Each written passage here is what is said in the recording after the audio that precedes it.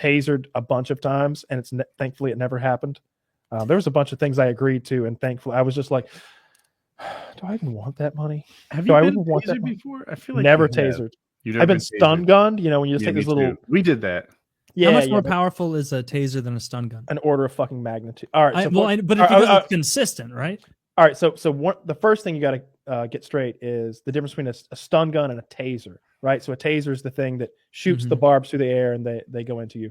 But I think it's the X26. Sometimes I call it the M26 because I'm stupid. I think it's the X26 police taser system thingy. You've got these cartridges that go on the front, and each one allows for one firing of the barbs and wire and nonsense for like that 15 feet of range they have, whatever it is. But then those pop right off, and now you've got a stun gun that's very effective, like in that you have to like touch people with.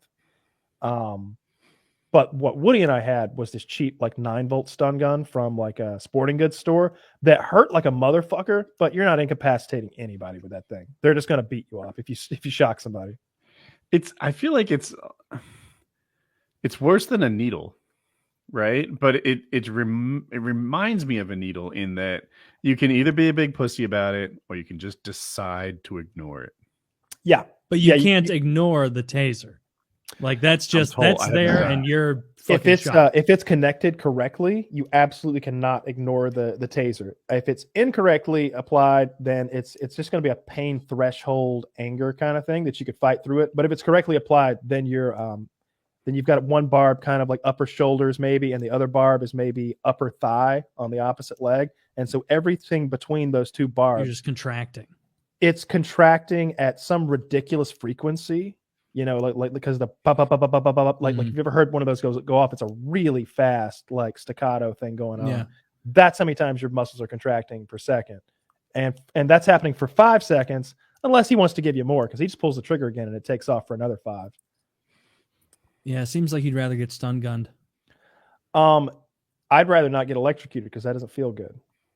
It also makes it seem like a taser isn't a very good like self-defense thing. Like it seems like it'd be hard. Pepper spray is way better. Like what? How close do you have to be to like convincingly know when you pull the trigger that it's actually going to hit with both barbs? There's no such thing. So you just don't know. You're just hoping when you pull the trigger. So it's most effective at around 10 or 12 feet. I feel like for me it was. That's close. Yeah. Especially if he has like a knife and he's on. I think like past, a PCP. Oh, hang on. Let me visualize this. Maybe I should have said yards. I need to visualize this. 10 yards seems too far. The taser. 10 yards is too far. Yeah. It's close. Why does it work through clothes as well as it does? Like I'll just picture 2 things: a leather jacket or a puffy jacket, like a skier might wear. It won't go through either of those. Oh, I thought that it would, and I couldn't explain why. Well, yeah, it terrible. It won't. Google. It'll be easier if you just do it, but just Google what a taser barb looks like. Just type in taser barb.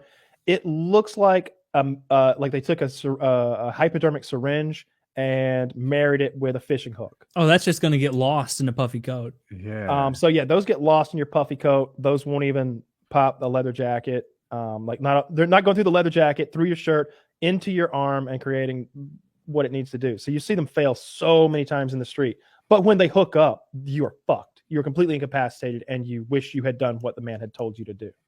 So it's the best option. It's the best non-lethal option that exists, because it will actually like incapacitate somebody. People can fight through pepper spray sometimes, especially if he's got like a knife and he's just blindly stabbing or something crazy like that. Like the issue isn't always just make him stop moving. Sometimes it's make him stop running. Sometimes it's make him stop moving, or make him stop anything he might be doing right now.